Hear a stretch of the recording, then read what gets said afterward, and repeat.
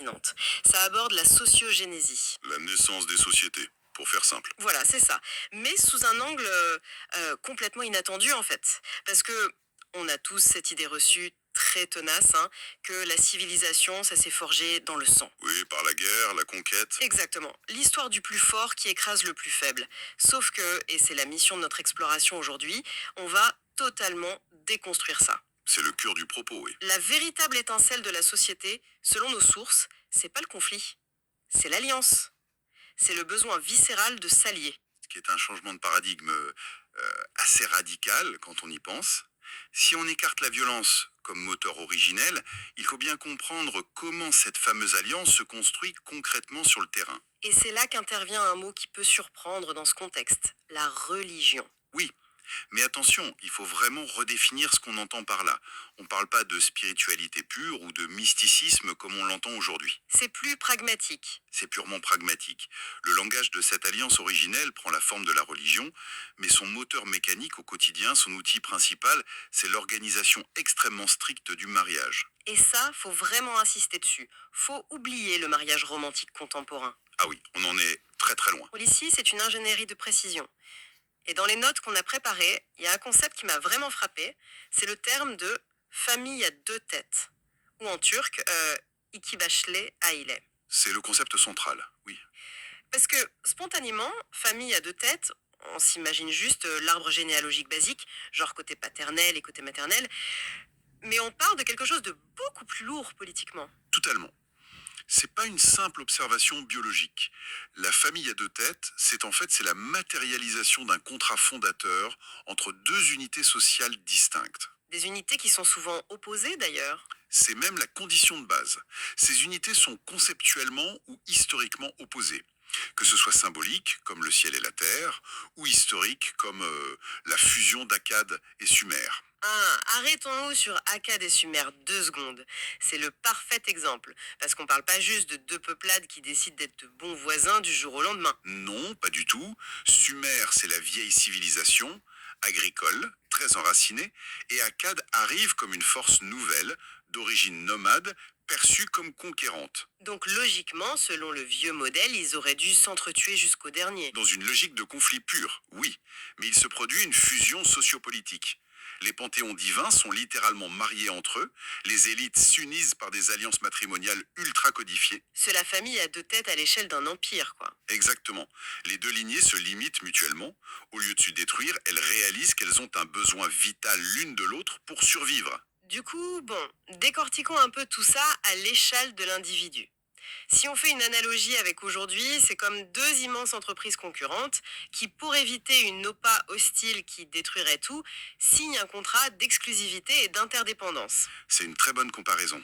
Et dans ce système, l'enfant, l'individu à la base, il n'est jamais à une seule tête. Il n'appartient pas à un seul camp. Il est littéralement le produit de cette collaboration forcée entre deux camps rivaux. Ce qui nous amène au point crucial de ces recherches. Pour que cette mécanique tienne la route, la biologie animale, l'instinct pur, ça devient une menace absolue. Ouais, parce que la biologie, elle obéit juste à la proximité. Voilà. Si on laisse les instincts naturels dicter les choses, on ne peut pas structurer une société complexe. Nos sources affirment d'ailleurs que la société s'est créée en piratant la biologie. Il y a cette phrase, cette règle fondamentale dans le texte qui dit « Ceux qui peuvent enfanter ne le peuvent pas tous, ceux qui peuvent se marier ne le peuvent pas tous ». C'est puissant. C'est la loi de la physique sociale originelle. C'est l'expropriation par la société de la capacité reproductive de l'individu. Sans cette restriction formelle, sans imposer à l'humain des limites sur avec qui il a le droit de se reproduire, la société s'effondre. C'est fou de se dire que notre société repose sur une restriction aussi colossale. En bride la nature même. C'est la définition même du passage de la nature à la culture. Le mariage est purgé de tout romantisme, c'est une obligation de survie. Et c'est là que ça devient vraiment intéressant. Parce que cette restriction, ces interdits, c'est pas des murs statiques. C'est hyper dynamique. Oui, la règle s'inverse à un moment donné. C'est ça, hein. On connaît tous le tabou de l'inceste, l'interdit de se marier dans sa famille proche. Mais nos documents montrent que cette interdiction s'inverse quand on atteint une certaine frontière sociale. Le groupe qui était totalement interdit à l'extérieur devient soudainement une obligation. Exactement. On a l'obligation de se marier avec le pôle opposé. C'est le mariage croisé. Et ça, c'est un truc qui change complètement notre vision du tabou de l'inceste. Ce qui est fascinant ici, c'est que cette inversion prouve que le tabou de l'inceste n'est ni biologique, ni génétique, ni même moral à l'origine. Ah non, hein? Ben non, si le but c'était juste d'éviter la consanguinité, on aurait juste une règle distance linéaire. Mais là, l'interdit se transforme en obligation ciblée. C'est une loi des frontières sociales pour forcer l'alliance diplomatique. Le fardeau du fils aîné.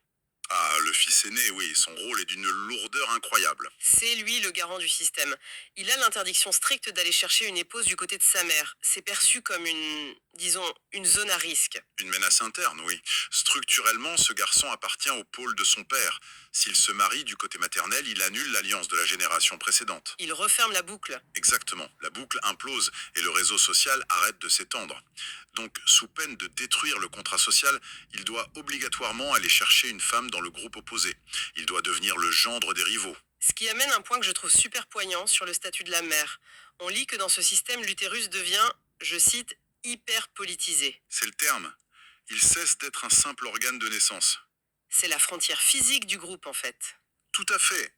L'utérus dicte les sentiers matrimoniaux que les enfants auront l'interdiction formelle d'emprunter. La biologie est totalement soumise à l'organisation politique. C'est le grand contournement. Et alors on arrive au point d'orgue de notre analyse. Parce que la société s'est pas arrêtée là. Elle a poussé le contrôle jusqu'à se passer totalement de la biologie. La fameuse disqualification de l'utérus. Voilà. On invente des parentés 100% symboliques pour déjouer les lois du sang. Et on a 4 exemples institutionnels majeurs tirés des sources. On commence par l'Église catholique. Oui, le système des parrains et marraines de baptême. Aujourd'hui, c'est mignon, on offre un cadeau. Mais au Moyen Âge, C'était une arme géopolitique. littéralement, le baptême crée des parents spirituels qui remplacent la biologie. Et surtout, ça génère un interdit de mariage absolu. Donc l'Église empêchait les mariages consanguins des grandes familles pour casser leur monopole. C'est ça. On initie une nouvelle lignée par le rituel, sans aucun utérus. Ça forçait l'aristocratie à s'allier plus loin, souvent au bénéfice de l'Église d'ailleurs. C'est brillant. Et ça nous amène au deuxième exemple, qui est l'incarnation suprême de ça, la papauté. Le pape est érigé en modèle suprême du Père. Il produit une lignée immense de croyants à travers toute l'Europe, sans qu'aucun acte de reproduction biologique ne soit impliqué. Une paternité de niveau supérieur, déconnectée de la chair, mais qui a un pouvoir politique et d'alliance bien plus fort que le sang des rois. Absolument. C'est l'annulation de la biologie au profit du symbole. Bon, ça c'est l'échelle de l'Empire, mais ce qui est dingue, c'est qu'on retrouve ça à l'échelle du petit village. Notre troisième exemple, c'est en Anatolie et au Moyen-Orient, le kirvélik. Le parrainage de circoncision, une institution anthropologique majeure. Quand on y pense, c'est génial. On choisit un homme d'une autre famille pour être le kirvé, le parrain de l'enfant, pendant la cérémonie. Et on le choisit stratégiquement, souvent dans une faction rivale avec laquelle on veut faire la paix. Et le résultat est immédiat. Il n'y a pas une goutte de sang en commun, mais ça crée un interdit de mariage formel entre les deux familles sur plusieurs générations. C'est un traité de paix diplomatique maquillé en rituel festif, oui. On brise le privilège de la génétique pour garantir la stabilité du village. On court-circuite la biologie et on a un dernier exemple, le quatrième, avec la sutanélique, l'allaitement par une nourrice. C'était extrêmement codifié, notamment sous l'Empire ottoman. Là, la frontière n'est plus l'utérus, mais le sein. C'est le lait qui crée l'interdit. Exactement. Faire allaiter son enfant par une autre femme, c'était un acte politique. Les enfants qui partagent ce lait deviennent frères et sœurs de lait. Et le mariage entre eux devient aussi tabou que l'inceste biologique. La société nous dit clairement que la lignée, c'est pas juste l'ADN. C'est le lait, la substance partagée, qui génère la prohibition. Et paradoxalement, l'alliance indéfectible entre les deux familles. Alors que signifie tout ça au final? Si on synthétise de l'Akkad antique aux mères de lait, la leçon c'est que la généalogie, les liens du sang, c'est que des contrats sociaux. De purs contrats, oui. La biologie, c'est juste la matière première. La société la sculpte, la contraint ou l'ignore, quand ça l'arrange, pour tisser sa toile d'alliance. Sans ça, le tabou de l'inceste s'effrite et on se disperse. C'est vraiment le noyau atomique de la civilisation humaine, cette fameuse famille à deux têtes. Et d'ailleurs, c'est très pertinent pour ceux qui nous écoutent aujourd'hui. On pourrait croire que c'est de l'histoire ancienne. Bah oui, on vit plus comme ça. En apparence. Mais nos lois sur l'état civil, notre perception intime du couple et surtout le dégoût viscéral que l'on ressent face à l'inceste, c'est l'écho de cette survie sociale. C'est pas juste un réflexe biologique naturel alors? Non, c'est l'empreinte psychologique de cette nécessité impérieuse de bâtir des ponts vers l'autre pour garantir la paix, dépasser le cercle biologique restreint. C'est vertigineux de réaliser à quel point nos sentiments les plus intimes ont été formatés par des millénaires d'ingénierie sociale de survie. Et du coup, ça m'amène à une réflexion, une question un peu provocatrice pour conclure. T'écoutes? Si toute notre civilisation s'est construite sur cette restriction acharnée de la reproduction naturelle pour forcer des alliances, que se passera-t-il demain à... Avec les nouvelles technologies. Voilà, pense aux utérus artificiels, à l'ingénierie génétique. Bientôt, la naissance pourrait être totalement déconnectée du corps et de la nécessité d'unir deux lignées distinctes. C'est vrai que la frontière physique de l'utérus disparaîtrait. Exactement. S'il n'y a plus d'utérus hyper politisé pour nous obliger à tisser des liens vitaux avec d'autres groupes, est-ce que notre besoin fondamental de l'autre pour faire société survivra à la technologie? C'est une excellente question qui prolonge parfaitement notre analyse. Ça laisse matière à réflexion pour tout le monde. Merci de m'avoir accompagné dans cette plongée fascinante. Avec grand plaisir. Et pour ceux qui nous écoutent, on se retrouve très vite pour une nouvelle exploration. Let's go!